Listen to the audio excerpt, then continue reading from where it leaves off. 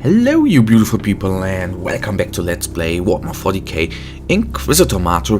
This time we are again going up against some Black Legion or Traitor Legion guys. But this time we are playing a small purge and I hope so dearly that we are going to get on to the Relic Decimator there. But now we will again go into the mission briefing.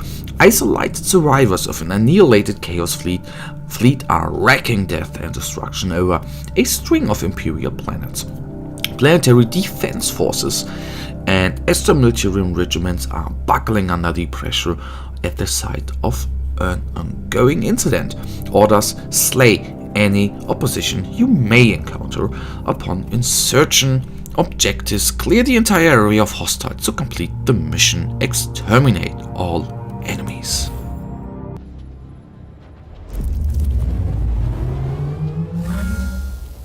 Between the stars, the ancient unseen enemies of mankind wait and hunger. Be strong and give them no quarter.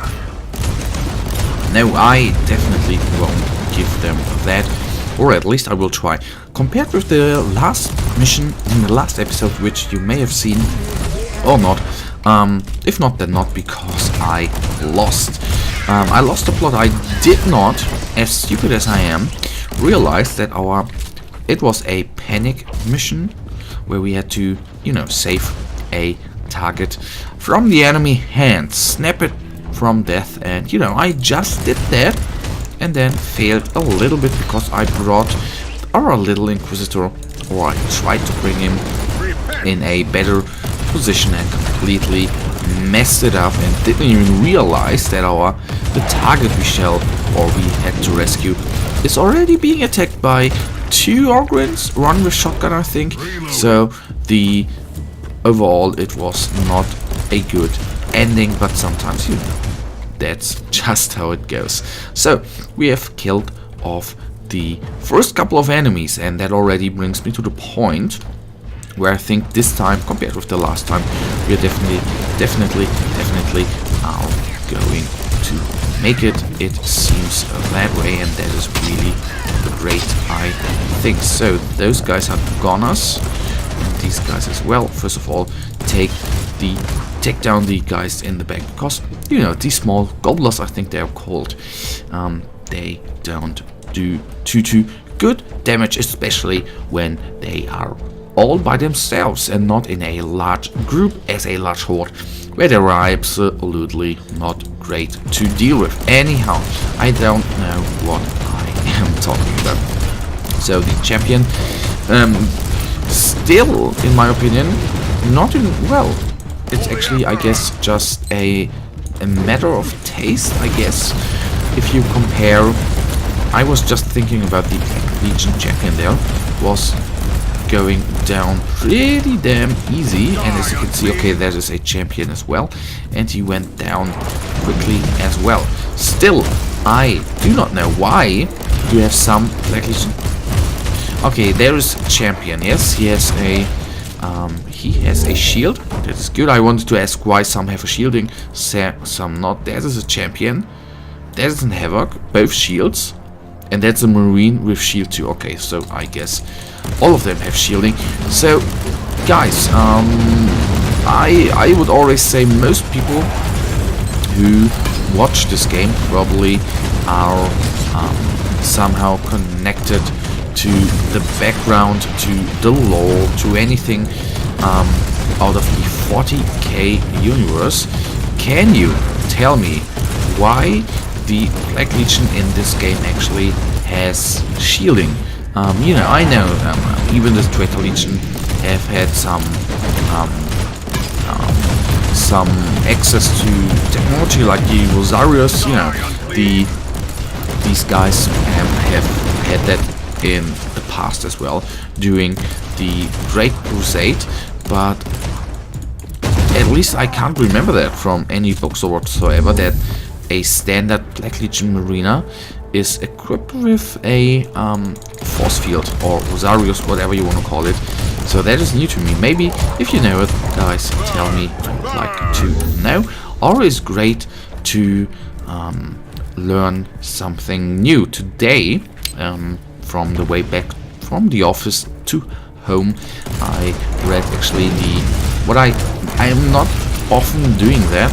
Sometimes I just read some Lexanicum articles during the drive from work or to work, and I read the article of the Scrots, if you remember them.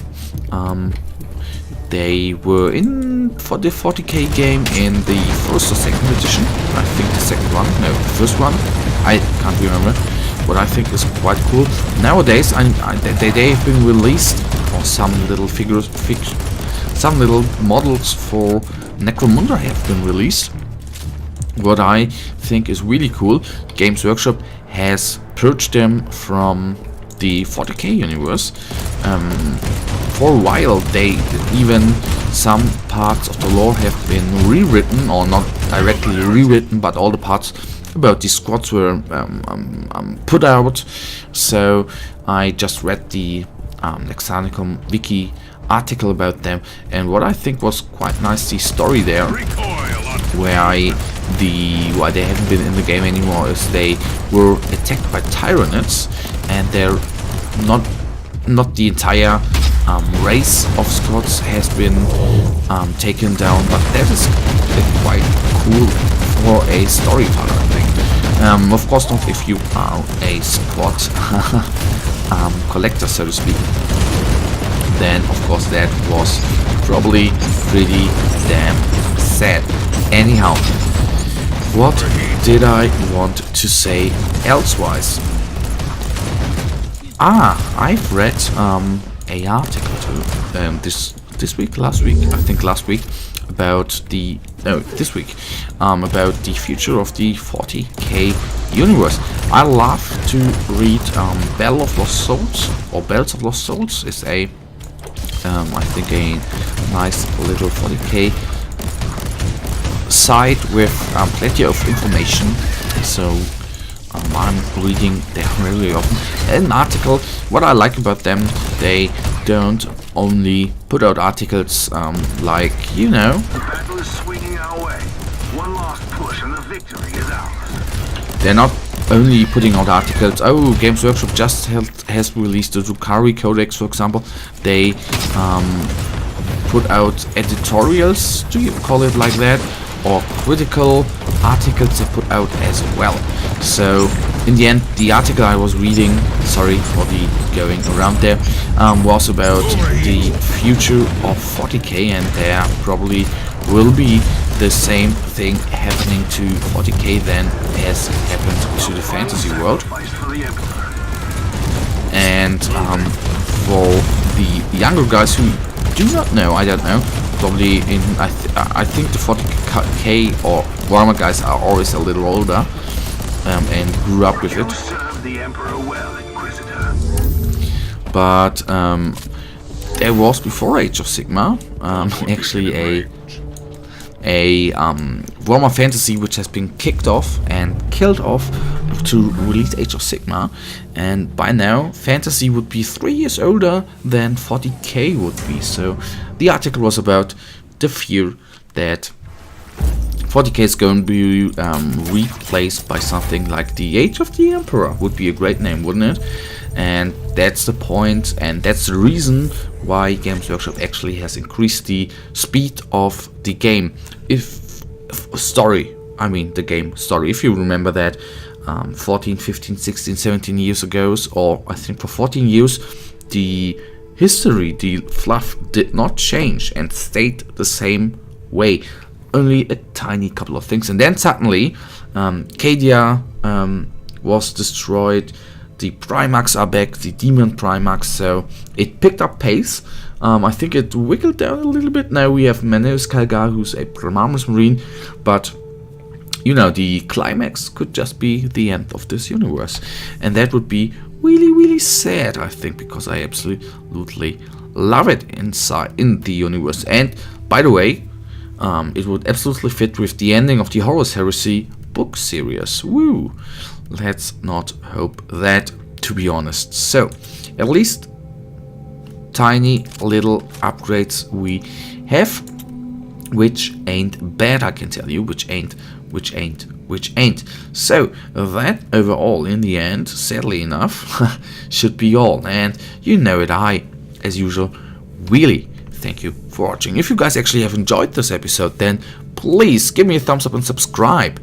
And well, hopefully I'll see you in the next episode. Until then, have a nice day, stay frosty, bye.